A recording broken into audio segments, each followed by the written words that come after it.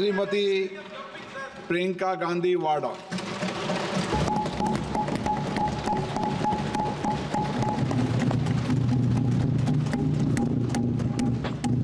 नमस्कार। माननीय अध्यक्ष महोदय जी, आज आपने मुझे इस सभा में बोलने का मौका दिया, इसके लिए मैं आपकी बहुत बहुत आभारी हूँ। सबसे पहले जो सुरक्षाकर्मी, जो जवान अफसर 13 दिसंबर को संसद की सुरक्षा के लिए शहीद हुए, उनके प्रति मैं श्रद्धांजलि व्यक्त करना चाहती हूँ। महोदय, हजारों साल पुरानी हमारी देश की, धर्म की एक पुरानी परंपरा रही है। ये परंपरा संवाद, चर्चा की रही है। एक गौरवशाली परंपरा है जो दर्शन ग्रंथों में, वेदों में, उपनिषदों में दिखती है। वाद विवाद और संवाद की हमारी पुरानी संस्कृति है। अलग अलग धर्मों में भी, इस्लाम में, सूफियों में, बौद्ध धर्म में, जैन धर्म में, सिख धर्म में भी ये वाद संवाद, ये चर्चा बहस, इसकी संस्कृति रही है।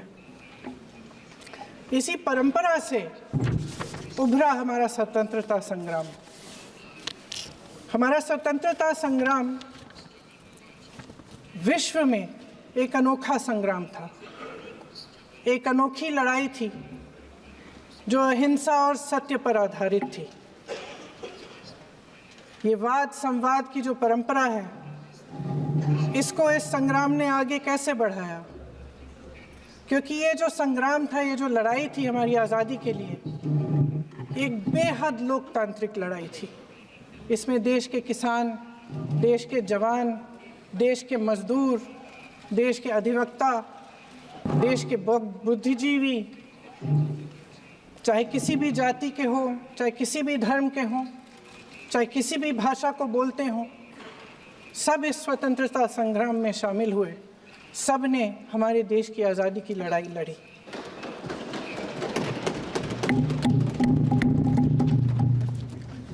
और उसी आज़ादी की लड़ाई से एक आवाज़ उभरी जो हमारी देश की आवाज़ थी।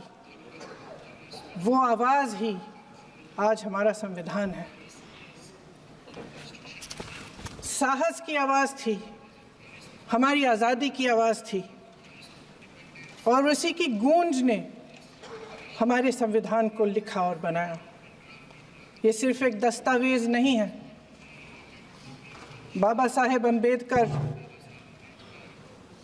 मौलाना आज़ाद जी, राजगोपालाचारी जी और जवाहरलाल नेहरू जी और उस समय के तमाम नेता, जैसे आपने कहा, इस संविधान को बनाने की जो कार्य में सालों के लिए जुटे रहे। हमारा संविधान इंसाफ, उम्मीद, अभिव्यक्ति और आकांक्षा की वो ज्योत है जो हर हिंदुस्तानी के दिल में जलती है।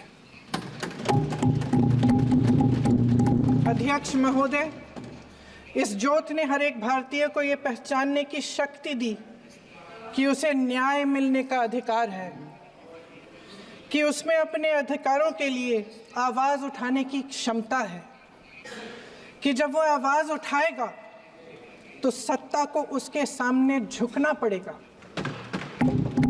इस संविधान ने हर एक देशवासी को ये अधिकार दिया कि वो सरकार बना भी सकता है और सरकार बदल भी सकता है। ये ज्योत जो हर हिंदुस्तानी के दिल में जलती है, उसने हर हिंदुस्तानी को ये विश्वास दिया कि देश की संपत्ति में, देश की दौलत में, संसाधनों में उसका भी हिस्सा है, कि उसे एक सुरक्षित भविष्य की उम्मीद का अधिकार है, कि देश बनाने में भी उसकी भागीदारी है। उम्मीद और आशा की ये जोत मैंने देश के कोने कोने में खुद देखी है। उन्नाव में मैं एक रेप पीड़िता के घर गई, उसे जलाकर मार डाला था।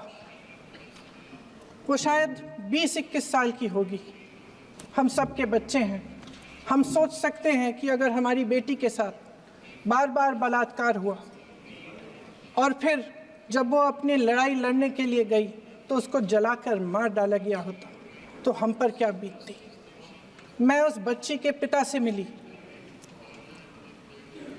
उसके खेत जलाए गए थे, उसके भाइयों को पीटा गया था, उसके पिता को बाहर से घर के बाहर घसीट कर मारा गया था।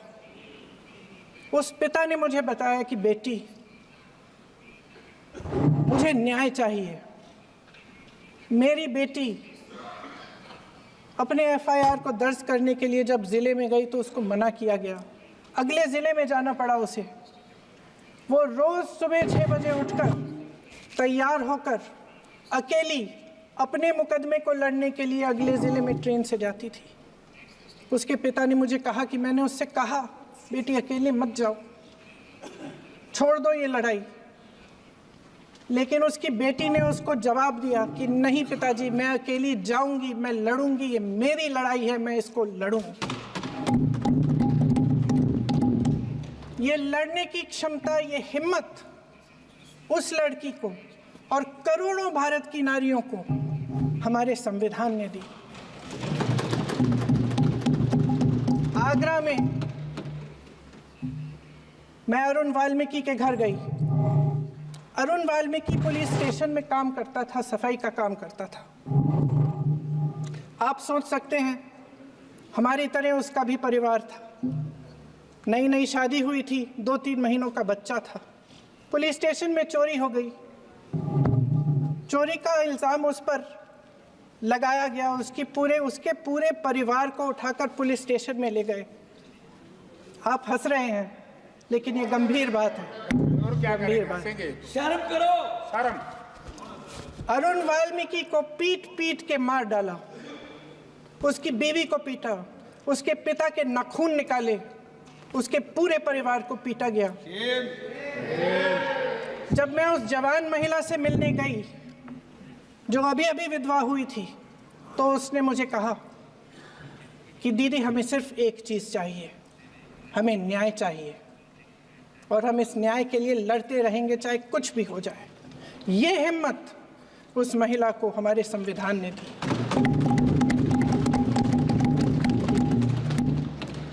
संभल के कुछ लोग आए थे हमसे मिलने जो मृतकों के परिवार के सदस्य थे। उसमें 2 बच्चे थे, अदनान और उजैर। आप सुनिए। उसमें 2 बच्चे थे, अदनान और उजैर। एक बच्चा मेरे बच्चे की उम्र का है, दूसरा उससे छोटा 17 साल का है। दर्जी के बेटे थे। दर्जी का एक ही सपना था कि वो अपने बेटों को पढ़ाएगा, लिखाएगा। एक बेटा डॉक्टर बनेगा, एक बेटा भी सफल होगा दूसरा बेटा भी अपने जीवन में सफल होगा। उनके पिताजी हर रोज उनको स्कूल छोड़ते थे। उस दिन भी स्कूल छोड़ने के बाद अपनी दुकान में चले गए। उन्हें पता नहीं था कि विवाद हो रहा है। उन्होंने भीड़ देखी, घर आने की कोशिश की तो पुलिस ने गोली से मार डाला। वो 17 साल का बच्चा अदनान मुझसे कहता है, वो 17 साल का बच्चा अदनान मुझसे कहता है कि मैं बड़ा होकर डॉक्टर बन के दिखाऊंगा, मैं अपने पिता का सपना साकार करूंगा। ये सपना, ये आशा उसके दिल में हमारे संविधान ने डाली।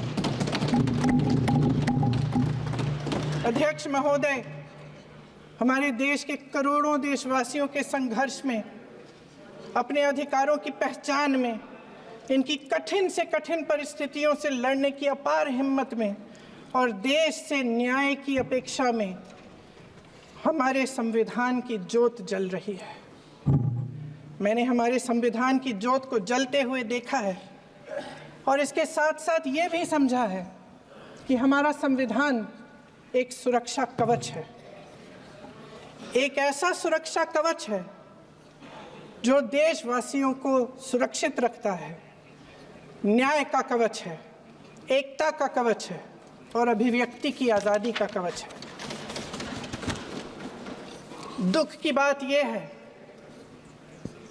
कि मेरे सत्ता पक्ष के साथी जो बहुत बड़ी बड़ी बातें करते हैं, इन्होंने इन 10 सालों में ये सुरक्षा कवच, सत्ता पक्ष के मेरे साथियों ने ये सुरक्षा कवच तोड़ने का पूरा प्रयास किया है। संविधान में सामाजिक, आर्थिक और राजनीतिक न्याय का वादा है। ये वादा एक सुरक्षा कवच है जिसको तोड़ने का काम शुरू हो चुका है। लैटरल एंट्री और निजीकरण के जरिए ये सरकार आरक्षण को कमजोर करने का काम कर रही है। अगर लोकसभा में ये नतीजे नहीं आए होते तो ये संविधान बदलने का काम भी शुरू कर लेते। सच्चाई ये है अध्यक्ष महोदय कि आज संविधान बार बार इसलिए कह रहे हैं क्योंकि इस चुनाव में इनको पता चल गया कि इस देश की जनता ही इस संविधान को सुरक्षित रखेगी, कि इस चुनाव में हारते हारते जीतने से इन्हें एहसास हुआ कि ये संविधान बदलने की बात इस देश में नहीं चलेगी। आज जनता की मांग है कि जाति जनगणना हो। सत्ता पक्ष के मेरे साथी ने इसका जिक्र किया। ये जिक्र भी आज इसलिए हो रहा है क्योंकि चुनाव में ये नतीजे आए। ये जाति जनगणना इसलिए जरूरी है ताकि हमें पता चले कि किसकी क्या स्थिति है और नीतियां उस हिसाब से बने। इनकी गंभीरता का प्रमाण ये है कि जब चुनाव में पूरे विपक्ष ने जोरदार आवाज उठाई कि ये जाति जनगणना होनी चाहिए, तो इनका जवाब देखिए। इनका जवाब भैंस भाग भैंस चुरा लेंगे, मंगलसूत्र चुरा लेंगे, इनका ये जवाब था। ये गंभीरता है इनकी जाति जनगणना पर। महोदय, हमारे संविधान ने आर्थिक न्याय की नींव डाली, किसानों, गरीबों और को जमीन बांटी, भूमि सुधार किया, जिसका नाम लेने से कभी कभी आप झिझकते हैं और कभी कभी उनका नाम धड़ाधड़ इस्तेमाल किया जाता है अपने आप को बचाने के लिए। उन्होंने HAL, BHEL, SAIL, GAIL, ONGC, NTPC, railways, IIT, IIM, oil refineries, तमाम PSU बनाए।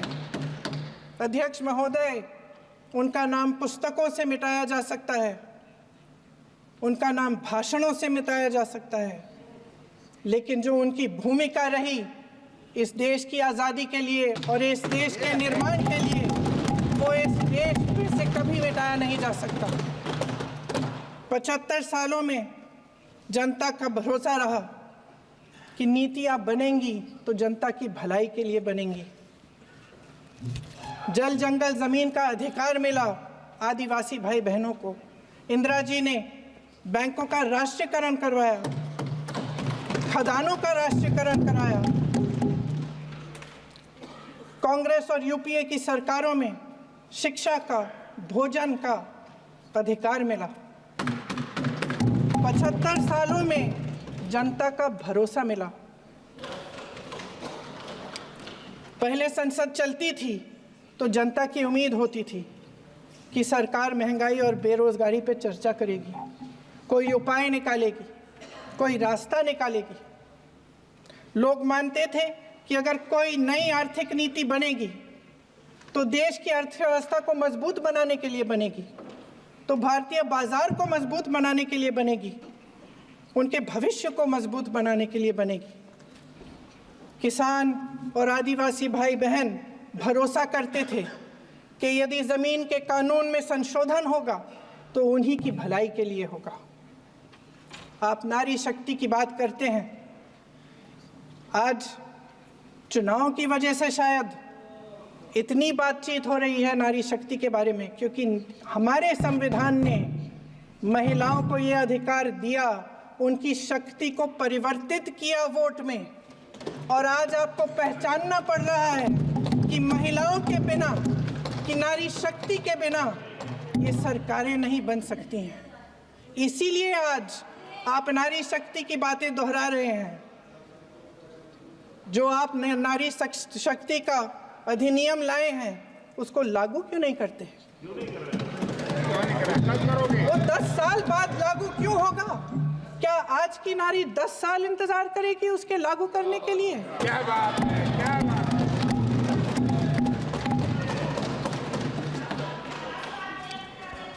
आज संसद में बैठे हुए सत्ता पक्ष के मेरे साथी ज़्यादा से ज़्यादा अतीत की बातें करते हैं। 1921 में क्या हुआ, कब हुआ, नेहरू जी ने क्या किया। अरे वर्तमान की बात करिए, देश को बताइए आप क्या कर रहे हैं, आपकी जिम्मेदारी क्या है? कि सारी जिम्मेदारी जवाहरलाल नेहरू की है। अध्यक्ष महोदय जी, ये सरकार आर्थिक न्याय का सुरक्षा कवच तोड़ रही है। आज संसद में बैठी ये सरकार बेरोजगारी और महंगाई से जूझ रही हमारी जनता को क्या राहत दे रही है? कृषि के कानून भी बड़े बड़े उद्योगपतियों के लिए बन रहे हैं। सही एमएसपी को छोड़िए, डीएपी तक नहीं मिल रहा है।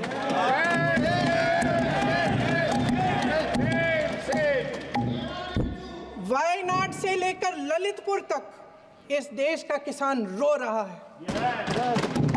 आपदा आती है तो उसको कोई राहत नहीं मिलती। भगवान भरोसे है आज इस देश का किसान, उसको छोड़ दिया गया है। आज हिमाचल में देखिए, जितने भी कानून बने हैं वो सब बड़े बड़े उद्योगपतियों के लिए बन रहे हैं। हिमाचल में जो सेब उगता था, उसके जो छोटे छोटे किसान हैं वह रो रहे हैं, क्योंकि एक व्यक्ति के लिए सब कुछ बदला जा रहा है। सुनने की हिम्मत रखो।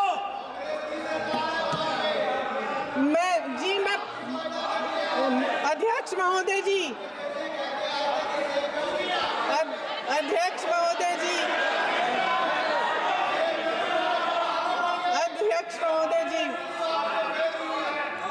महोदय जी, अडानी जी को सारे कोल्ड स्टोरेज प्रदेश की सरकार ने नहीं दिए। अडानी जी को सारे कोल्ड स्टोरेज आपकी सरकार ने दिए। देश देख रहा है कि एक व्यक्ति को बचाने के लिए 142 करोड़ देश की जनता को नकारा जा रहा है। सारे बिजनेस, सारे संसाधन, सारी दौलत, सारे मौके एक ही व्यक्ति को सौंपे जा रहे हैं। सारे बंदरगाह, एयरपोर्ट्स, सड़कें, रेलवे का काम, कारखाने, खदाने, सरकारी कंपनियां सिर्फ एक व्यक्ति को दी जा रही है। जनता के मन में हमेशा ये विश्वास होता था कि अगर कुछ नहीं है तो संविधान हमारी सुरक्षा करेगा, मगर आज आम लोगों के बीच ये धारणा बनती चली जा रही है कि सरकार सिर्फ अडानी जी के मुनाफे के लिए चल रही है। देश में बहुत तेजी से गैर बराबरी बढ़ रही है। जो गरीब है वो और गरीब हो रहा है, जो अमीर है वो और अमीर हो रहा है। इस सरकार ने आर्थिक न्याय की भी सुरक्षा कवच तोड़ दिया है। राजनीतिक न्याय की जब बात होती है, मेरे सत्ता पक्ष के साथी आज खड़े हुए और तमाम गिनती करने लग गए कि ऐसा हुआ वैसा हुआ, 1975 में जो हुआ, तो सीख लीजिए ना आप भी। सीख लीजिए। आप भी अपनी गलतियों के लिए माफी मांग लीजिए। आप भी बैलेट पे चुनाव कर लीजिए। आप भी बैलेट पे चुनाव कर लीजिए। दूध का दूध, पानी का पानी हो जाएगा। आप राजनीतिक न्याय की बात करते हैं, सरकारों को पैसों के बल पर गिरा देते हैं।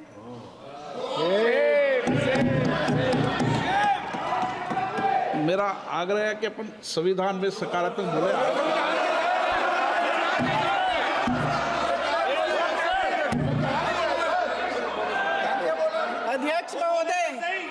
अध्यक्ष महोदय, सत्ता पक्ष के हमारे साथी ने एक उदाहरण दिया उत्तर प्रदेश की सरकार का, तो मैं भी एक उदाहरण दे देती हूँ महाराष्ट्र की सरकार का।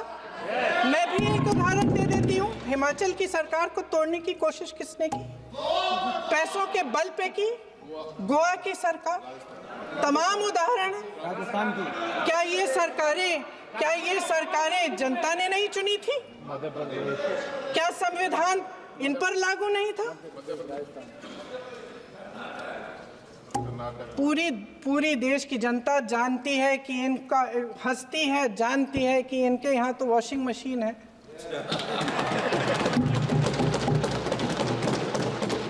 तो यहाँ से वहाँ जाता है, वो धुल जाता है। इस तरफ दाग, उस तरफ स्वच्छता। और मेरे कई ऐसे साथी हैं जो इस तरफ होते थे उस तरफ चले गए, मुझे दिख भी रहे हैं, वॉशिंग मशीन में शायद धुल गए हैं।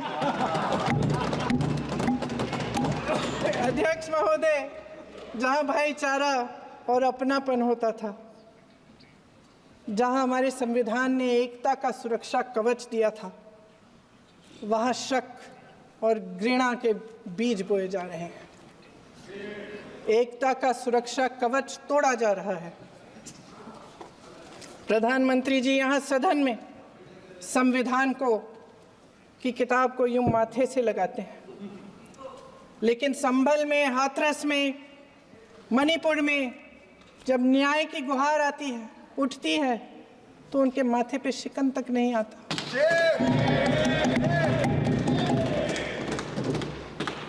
शायद समझ नहीं पाए हैं कि भारत का संविधान संघ का विधान नहीं है।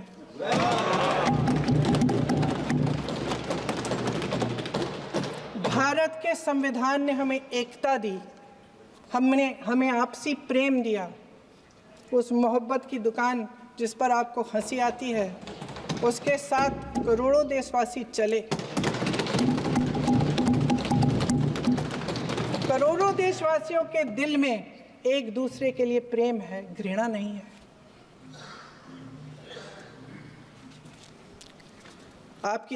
इनकी जो विभाजनकारी नीतियां हैं, उसका नतीजा हम रोज देखते हैं।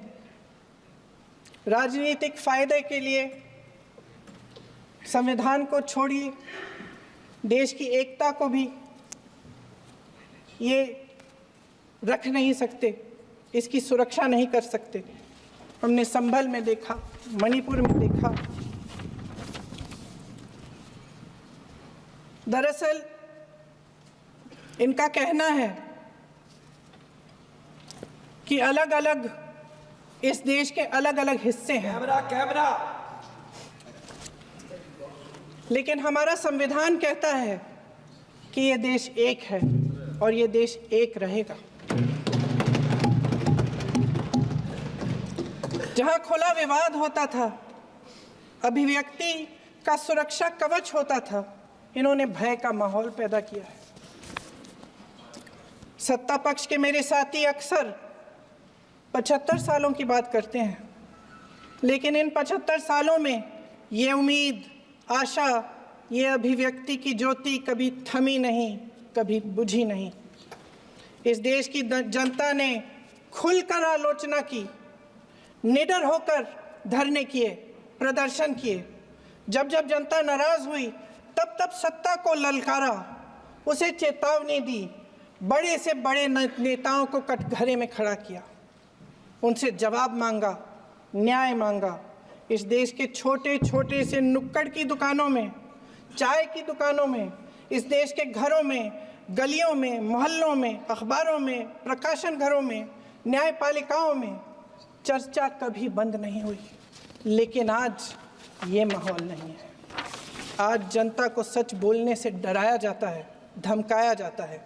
पत्रकार हो या विपक्ष का नेता हो या किसी यूनिवर्सिटी का प्रोफेसर हो, छात्र संघ हो या कर्मचारियों का संगठन हो, सबका मुंह बंद कराया जाता है। किसी पे ईडी, किसी पे सीबीआई, किसी पे इनकम टैक्स, फर्जी मुकदमे लगवाए जाते हैं, जेल में डाल दिया जाता है, विपक्षी नेताओं को जेल में डाल दिया जाता है, उनको सताया जाता है। किसी को नहीं छोड़ा इस सरकार ने। देशद्रोही कह के उत्तर प्रदेश में मुझे याद है कुछ अध्यापिकाएं प्रदर्शन कर रही थी, उन पर मुकदमा डाल दिया देशद्रोही का, उन्हें देशद्रोही कह दिया। इन्होंने देश का पूरा माहौल भय से भर दिया है। इनकी मीडिया की मशीन झूठ फैलाती है, तरह तरह के आरोप लगाती है और शायद वह भी भय में ही है।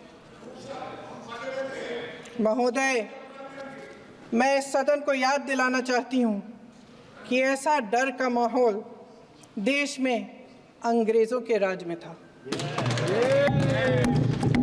जब इस तरफ बैठे हुए गांधी की विचारधारा वाले लोग आज़ादी की लड़ाई लड़ रहे थे और उस तरफ वाली विचारधारा वाले लोग भय में रहकर अंग्रेजों के साथ साठगांठ कर रहे थे। लेकिन अध्यक्ष महोदय, भय का भी अपना स्वभाव होता है। भय फैलाने वाले हमेशा भय का खुद शिकार बन जाते हैं। ये प्रकृति का नियम है। आज इनकी भी यही हालत हो गई है।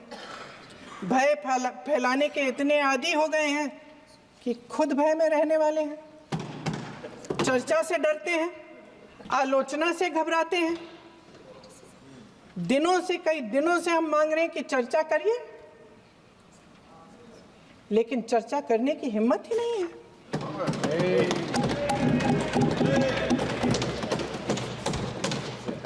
एक कहानी होती थी अध्यक्ष महोदय, शायद बचपन में आपने भी सुनी होगी।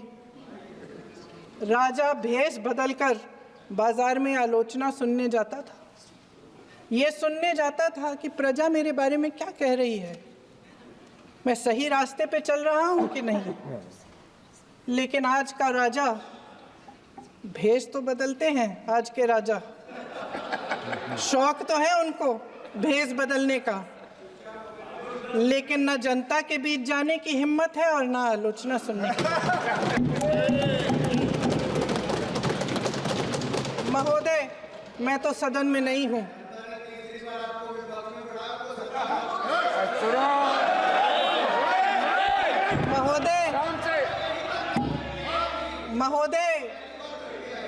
महोदय, जनता में बहुत विवेक है, ये सही है।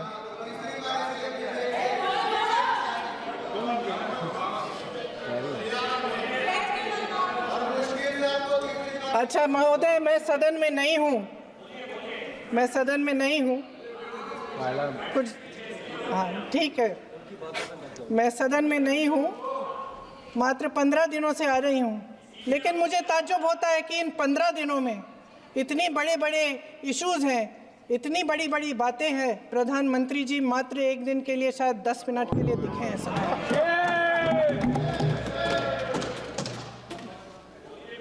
बात यह है अध्यक्ष महोदय जी कि ये देश भय से नहीं, साहस और संघर्ष से बना है। इसको बनाने वाले देश के किसान, जवान, देश के करोड़ों मजदूर और गरीब जनता है।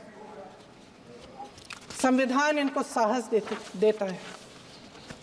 मेहनती मिडिल क्लास है और इस देश के जो करोड़ों देशवासी हैं, जो रोजाना भयंकर परिस्थितियों का सामना करते हैं, उनको साहस देता है। वायनाड में जो आपदा आई, उसमें एक छोटा लड़का था 17 साल का। 6 घंटों के लिए उसने अपनी माँ को बचाने की कोशिश की। 6 घंटों के लिए आप सोच सकते हैं कि अगर नदी की धारा बह रही है, नाराज़ है, आप अपनी माँ को पकड़े हो, 6 घंटों के लिए पकड़े रखते हो कि मेरी माँ बच जाएगी और अंत में वो माँ भी बह जाती है। उस लड़के का साहस, उन महिलाओं का साहस जो पीड़ित हैं लेकिन फिर भी अपनी लड़ाई लड़ रहे हैं, उन संभल के बच्चों का साहस जिनके पिताजी अभी अभी गुजर गए लेकिन फिर भी उनके सपनों को साकार करने की हिम्मत है, उनका साहस है, वो साहस इस संविधान ने दिया है।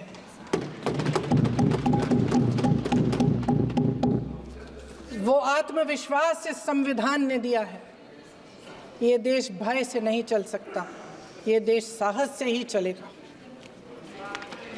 भय की भी सीमा होती है और जब वो सीमा पार हो जाती है, जब किसी को इतना दबाया जाता है कि उसको लगने लगता है कि अब मेरे पास खोने के लिए कुछ नहीं है, तब उसमें एक ऐसी शक्ति पैदा होती है जिसके सामने कोई कायर खड़ा नहीं हो सकता। ये देश कायरों के हाथों में ज़्यादा देर तक कभी नहीं रहा है।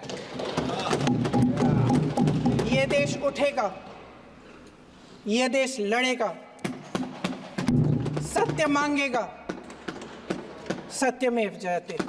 जय हिंद।